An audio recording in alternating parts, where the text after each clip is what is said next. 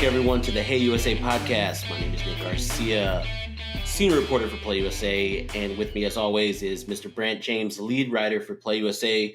We took a little hiatus last week, which, just getting our minds together. It's the end of the year wrap-up stuff. But we're back with a new episode. Brant, what's on the agenda for today? We're going to talk about whether it is possible and wise to bet in the car with just the sound of your voice. We can talk a little bit about how the UK is about to kick sports betting logos off the soccer jerseys. Anybody interested in buying a highlight team? And Nick, you got something I'm particularly interested in. I mean, I'm used to buying expensive hats from Fanatics, but it seems like one day they're going to want me to buy a sports bet from them. Yeah, let's jump into the Fanatics news. The global leader in sports apparel, Fanatics, it appears that they're joining the sports betting ranks. They filed a trademark patent today for BetFanatics, which I'm assuming if they get licensed somewhere is going to be their app of choice, their name going forward. BetFanatics Sportsbook, BetFanatics Online Casino, if they choose to go that route. Earlier on this year, they had a failed attempt to get into the New York market. They were partnered with Penn National Gaming and Combi to kind of, squeak in there and try to do some New York sports betting. Didn't really take, so they kind of took a step back a little, reassessed what they wanted to do. They've been kind of building some building blocks there. We'll link to a couple stories in the description. But it seems like they're finally, taking the necessary steps to make Fanatics, which, I mean, the name itself sounds pretty good, one of the up-and-coming sports betting brands in the U.S. So kind of crazy stuff. It's really interesting how companies that started out, DraftKings and FanDuel, DFS, obviously the long-term plan was this. They wanted to get your email. They wanted you to establish a rapport with the company. And then when sports betting became legal, they wanted you to do that with them. Fanatics selling you hats, just Maxim for that matter. Jerseys, magazines sitting there on the rack that you browse through. They offer bets now. They're a smaller company, but it's just really fascinating to watch. And Fanatics and Maxim Bet have a sort of an overlap, and they consider themselves lifestyle brands. It's not necessarily their sports companies, but it's an entertainment thing, and they want to dip their foot in the pool. Yes, their CEO, Michael Rubin, one of the big things that's been making headwinds early to start this year is many had anticipated Fanatics would become a publicly traded company, much like a DraftKings, much like a Golden Nugget online gaming. Instead, Michael Rubin chose to kind of take a step back and decided not to take his company public. It has a current valuation of $27 billion, so it's pretty big. There's a lot of prominent investors, NFL, Major League Baseball, the NHL, all these people are seeing the value in it. Most of it is through that apparel and licensing. So they're selling you jerseys. They got official tops. They're the new baseball card manufacturer and seller. So they do have their hands in all these prominent sports leagues. It's the only logical step to cover the sports betting aspect of things. And they do have a giant user base. Think of everyone who's ever bought something from Fanatics. They got that email. They got that first thing of contact. So there is a chance in the future, Brand, if you ever bought anything from Fanatics, you're going to be getting that sign-up email that says, come join the sports betting operator. I can just feel it. And they've also got Jay-Z, right? Don't they have Jay-Z on board? Yeah, so they have Jay-Z. And then they also hired former FanDuel CEO Matt King and Tucker Kane, who was the former president of business enterprise for the Dodgers. So they have these high-level executives in who know the sports betting business, know the gambling business. Again, like I said, it's just the next logical step. Build the trademark, got the people in place, you got the user base. I mean, get a license and then flip the switch appear to be the only two things. And that'll take some time. So it's not like BetFanatics is coming on within the next couple months. We'll see. But, they still got a ways away to go before, anything really significant happens. If BetFanatics does become a thing, maybe one day you will be able to make bets on BetFanatics while driving in your car as you do down the highway in that terrible Chicago traffic. Because last week I spoke with Chris Bevilacqua. He's the founder and CEO of a company called SimpleBet.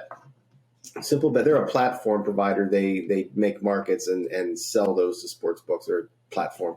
So DraftKings or FanDuel would utilize, lease them. Yeah. They're in a three-way cooperation with a couple other companies that are trying to make a connected radio. Basically, it would be an app in your car that would sync with your sports betting app in your phone, and they would provide you micro bets, small in-game bets. Early times, they call them yes or no bets. So, the dystopian or dream, utopian scenario, depending on your point of view, would be one day as you're tooling down the road or you're grinding along in traffic, and it's like basically saying, "Hey Google, put $20 on the Jets." Why the hell you would do that? If you're having a really bad day. My Google in the other room just said it didn't understand. Good for you, Google. That would be illegal. That would be very illegal. So it's a yes or no bet. If you're listening to the Yankees game, you could they don't know what the voice commands are going to be yet. They couldn't really boil it down for me. But basically, you would initiate a voice command. You would interact with your car radio just as you would tell it to open your car door or seek Call out the nearest Krispy Kreme. Yeah, if you're one of those fancy pants guys, car drivers. And it would be the yes or no bet on, is Aaron Judge going to get on base this at bat? And Sportsbooks apps do that now. When I was in New York last week, I was killing time in a cab and I was doing the on base or not with the Yankees Blue Jays game. That kind of stuff would be on your dashboard and available to you. So the question is immediately, is this a good thing for society? Do we need this? Is it innovative? Will people want it? Is this a responsible gambling problem? So we dug into it a little bit. First, Chris Bevilacqua rightly pointed out that the responsible gambling aspect is going to be handled by the sports book. Just if I was in a legal jurisdiction, I was sitting here and I was hammering hundreds of dollars of bets all day and all night, the sports book would shut me down. They should shut me down. And it would be the same thing if you're having a very angry day on the DC Beltway and you're just absolutely, hammering Nationals bets, just try and hit that rat plunger, make yourself feel better.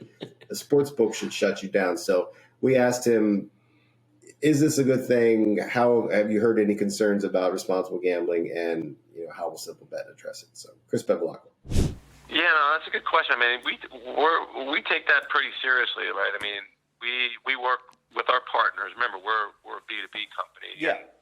They're the ones with the consumer relationship, right? So, and we do know that there's a heavy emphasis on responsible gaming, and there's obviously all the integrity issues, and that's one of the things that technology, with everything being so real time, it's kind of part of what we have a commitment to is to just make sure that we're sharing information in real time. If we spot anything that's suspicious in nature, we're sharing that information with our customers. And so we obviously are aligned with them on making sure that there is responsible gaming messaging, and to the extent that we spot any undue activity, we're reporting it as quickly as possible. Yeah. So it would be up to, just like it would be if they were sitting on their couch or in a sports book for Sportsbook ABC, to say this person just made an inordinate amount of bets in a short amount of time, maybe we should limit them or something. That's what I assume what happened there. Yeah, exactly. Yeah, so I kind of see a few. I mean, of course, there's responsible gambling implications there, but for me, it's more the speech, making sure that you're pronouncing your R's and your T's and your S's and your I's type of thing, because I screw up talking to my car all the time in general. Call mom is like call Dunkin' Donuts, you know what I mean? So I can only see people getting upset with, saying bet $10 and then it's like, oh, did you say 10,000? Or you said yes or no to start the things, but still, depending on how fast you say yes or no, it could be like, didn't understand, blah, blah, blah. You missed the bet. You get angry. Road rage sets in. You're getting pissed at your machine. The apocalypse happens, it just goes from there. So much there. So much there left to see. The company, SimpleBet, claims that some deals could be signed. This is a tech that has to get licensed in states where they go also, just as an add-on to the sports books. I would imagine that there is some limiting of these micro bets Because if you are placing a bet for hundreds of dollars on whether Aaron Judge gets on base or not, that is a red flag, and I would think someone would stop that. But there is a lot of sophistication that's going to have to go in to make sure that you don't bet $100 on that or empty your digital wallet. I would say that one of the major things too, I mean, it, probably something they'll look into is I'm sitting at a baseball game doing some of these bets, and it takes, it's supposed to be, it's a second whether they get on base, and it's like loading, loading, loading. I can only imagine if you're in the middle of nowhere trying to place this bet, connectivity issues, cell service. So, I feel like there's a lot of intricacies that we could go in, but there absolutely. I think there's a lot to that. Those bets. When I was in New York, I was trying to make the bet in a cab on the Long Island Expressway. I think 2 of my 3 were circle of death, and they timed out before the bet could be made. And I won the one very small for that I actually got through, but 2 got canceled, and it did make for a lot of death wheel. But just to put the point on this, because we are thorough. We checked in with Keith Whyte of the National Council for Problem Gambling. I'll just summarize him. He basically said this is an opportunity for state governments to regulators to look into these emerging technologies and make sure that there isn't a problem, because all of this is put on the sports books and it is pretty much after the fact. He's not against this at all. He doesn't have any info of it. There's been no studies. He says someone needs to look into this. But we also reached out to friend of the show, Martin Lycka at Entain. He has a very long title that I can't currently remember. And I asked him if this technology is good for the world in which we live, and if there's any responsible gambling concerns. Well, I wouldn't recommend undertaking any other activity while driving, be it betting, being on the phone, and so on and so forth.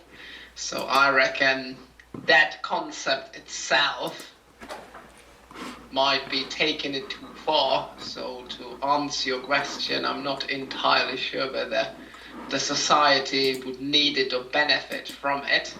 Because clearly from the pure driving perspective, it doesn't sound like a very good idea. Having said all this, I do believe, brushing betting while driving aside, I do believe that ultimately we are headed towards an even more integrated betting world. Because clearly the channel, the medium that is still largely a pristine territory when it comes to placing bets, because not betting ads and not displaying odds on the screen is TV. And in honesty, it's amazing. Just projecting myself 5, if not 3 years back, of course, smart TVs were around. But just like in the case of mobile phones, it's amazing how far forward that technology has gotten. So yeah, I'm still a bit surprised. Perhaps as an industry we are missing a trick. How could we integrate not just, if you can see, not just these screens, the small screens of mobile phones, but how could we take more advantage of the big screens? I'm pointing to my TV that you can't see. Sorry about that. Yeah. So yes, in terms of betting while driving, I can imagine that some people will enjoy it, but from my driver's perspective, I reckon that's just a distraction from driving. But yeah, there are other innovative ways that, or other, as I've said, other channels that I can imagine betting will ultimately have permeated. And I'm sure you might have read about Entain's keen attempts to enter also the likes of the virtual reality space. So there's a link between those fancy 3D and other goggles and TV screens. So I reckon that could be of interest, especially for the younger generation of gamers. I kind of get Keith's point where, you're putting all this pressure on regulators and those type of things, because some of this tech is useful and some of it can be great. But then, operators wanting to be the first to adapt these type of things, then it's like, all right, now we got to deal with the stress of having to get someone in to regulate these things. And just with the advancement of technology, self-driving cars, anything like that, it does add an extra level of stress, wanting to be the first, wanting to be the best, having to learn how to implicate these things, the necessary regulations to regulate them and make sure they come out safely. So, well, we'll see what happens. We do. I mean, we've spent years looking at the signs hanging over the highway that say, please don't text and drive. And we see them because we don't. But the idiots that are texting and driving aren't seeing those signs because the dumbasses are texting and driving. So if they're betting, you just have to wonder what their state of mind is. We're not trying to, crap on the tech. Maybe it's going to be awesome. It could be great. Yeah. It could be perfectly fine, just as Keith Whyte said. But it's definitely something that needs to be looked into. And as he said, we need to know more info before, we worry or go forward with these things. So moving on, we got something else, right? A little highlight, is that right? Highlight. One of America's not fastest growing sports. There is one fronton, the place where the guys whip it around, left in the entirety of North America, and that's in Florida, in Miami, at Miami Casino. If you're really wonky and a fan of Florida gambling, you will recognize Magic City Casino as one of the two plaintiffs in the lawsuit against the Department of the Interior and state of Florida, which started tipping dominoes that shut down sports betting in Florida and helped void the Seminole Tribes Compact. That's just a footnote. So they're trying to keep Jai Alai alive. A lot of the players that were at the two other surviving frontons in South Florida have migrated there. They've had some players come over from Spain, the birthplace where it's still very popular. And their new concept is they've divided their colony of highlight players into teams. And for only $100,000, you can be the team owner and you can draft players. And you basically be the Jerry Jones of highlight. You can draft players. You can set your lineup. You get to hang out. You get to share in the gambling revenue. I mean, a highlight big shot. So I'm thinking, you want to go 50s? I think we should. I mean, what would the team name be, though? That's the key question. We get to name the team, right? If we go 51-49, you can have the 51, and then you can name it. That's pretty interesting, though. I mean, it kind of serves the point where you got to think outside of the box to kind of keep these type of things alive, and you can't put the price too steep, but you can't put it too low, or you won't make any money, or you get someone like some weird company buying a team for cheap, and then you just got to but props to them if they can make it work. The hook of it, and honestly the bad part, this is the second season of it. They call it like Battle Court or something. They're trying, but you only get to keep the team during the season, so it's basically a sponsorship. So you get you pay $100 grand. I mean, this is real money. This is not like crypto. Yeah. This is stuff that you're taking out of the bank. So I don't know. If you got the cash to go buy a highlight team, you probably don't worry about if you just bought a highlight team for a couple of months. Maybe Marshawn Lynch will go buy a highlight team. That'd be the best. I think he's part owner of that fan-generated football league. I think he's involved. I think he's involved with the soccer team now too. That might be the Sounders in Seattle. Yeah. I don't know. But check a link I wrote on that nonsense, just as with the voice command betting. That's not nonsense. But the highlight, that's go on down. Support your local highlight front. Buy a team. So the last thing we got to talk about is something pretty interesting that you also wrote about that we'll link in the description below. But you mentioned that it's European soccer leagues are now going to be removing their gambling logos from jerseys. Is that correct? Yeah, Italy and Spain have already done it. They were ahead of the curve on the UK. In 2005, United Kingdom passed a new gambling act. They sort of codified things, brought it into the modern realm. They had a lot of laws that were way pre-internet. And springing from that, they launched a study on gambling harm to adults and children. Okay. And in their opinion, it's bad, especially because of the prevalence of TV advertising, which regulators and industry stakeholders in the United States have said for a couple of years now, this is a cautionary tale. Mm-hmm. You are going to ruin it, gambling companies, if you don't pull back on your spend and inundate first voters and then, their politicians that represent them to create laws to mitigate this. But in this land rush of customer acquisition, the sports books just couldn't stop for quite a while. Yeah. And I don't know. A lot of companies have said they're going to pull back their ad spend, and maybe that'll fix. But England, UK is already there, and they are probably going to. The government is going to force EPL teams to start taking gambling sponsorships, primary sponsorships off their shirts. And there are 20 teams in the league, and 9 of them this year had a primary sponsorship, meaning the logo on the chest, and all but 1 had some sort of side deal. So that's a lot of money. We're talking tens of millions of dollars, and they're going to have to replace those streams, revenue streams on the shirts. Now, you also wrote that while European soccer leagues are removing the logos, American sports teams seem to be adding them. Is that correct? Yeah, absolutely. We're going in completely the opposite direction. Much this, as I alluded to with the TV advertising. Yeah. The NHL has the only 2 teams that have done it so far. The Washington Capitals were the first. NHL teams could put 3x3.5 patches on jerseys next season. The Capitals have Caesars, and the Golden Knights will have Circa, which was a popular local choice because everyone in Vegas loves Circa. They're the only 2 teams. The NBA sells ad space, but they currently don't allow gambling, and their CBA coming up in 2 years is going to be incredibly interesting because that's also going to have to address whether or not players can endorse sports books. They have a lot of gambling stuff in there, but not about you can't have advertising on the patches. NFL, as open as they've been and embracing gambling, not yet. They have no patches at all on the jerseys. That's very valuable real estate.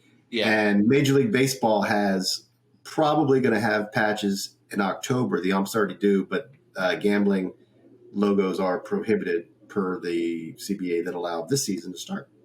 I believe NFL practice jerseys allow for real estate on them. They do. Yeah. They do. Yeah. You see some local logos and stuff on there. I'm actually not sure if there's any gambling logos on those. I don't think so. But that real estate on an NFL jersey is really, really valuable. And they're going to sell it. Yeah. They're eventually going to sell it. And they're going to get a lot of money. They love money, man. They love money. They love money and money. They love making money. I think that they're too steeped in tradition that nobody wants to see a 49ers jersey or a Cowboys jersey or a Packers jersey with like a giant DraftKings badge on it. Like, no, I don't think they want to do that. What about a tasteful little one right here? Just a tasteful little one. Baseball. I mean, I could see baseball kind of doing it a little bit different with something maybe on the sleeve or something down, towards the bottom. But, I think the history of baseball uniforms in general, Yankees uniforms, Atlanta Braves championship uniforms and stuff like that. I think it's going to be kind of hard, and I think it's going to turn fans off a little bit to have that real estate on there. But I think you're right. With the right amount of money, they'll probably say yes. So we'll see. We'll see how that goes. Yeah, you don't have to. You don't have to say yes. Yeah. If you want. I mean, the umps have crypto FTX on their jerseys this year. So I don't know. It's got to be coming. It's all the doors are just opening in front of it. I don't know. I think we got a workaround for football here. So rather than have it on the jersey, but obviously fans would want to buy the jersey, yada yada. But what if they had just a small logo on the back of the helmet that says like you know what I mean, there's tons of stickers back there in general. Like you could have a Caesars little sticker back there or FanDuel or anything. I think that's the workaround. I mean, they barely even wanted to put Nike on that uniform. They threw it on the sleeve. It's not even on the front of the jersey. So you could almost do it like hockey does. The technology's gotten so good to change the logos on the ice and to make it look skate over and scuffed. Put DraftKings on one side of the 50 and FanDuel on the other and have it not really be there. If you want, just take it away. Maybe you could digitally put it on the uniform. I don't know. I've got lots of solutions with no way at all to do it, but I think rich people always find a way to get richer. They do. If they want to be rich, and they do. I I think that's a pretty good stopping point for this episode. We'll be back next week for sure with our monthly wrap up episode. In the meantime, be sure and like, follow, subscribe. Hit us up on Twitter if you got any questions, anything like that. Go read the stuff down in the link in the description. Give us a comment, always helps. And we will catch you guys next week.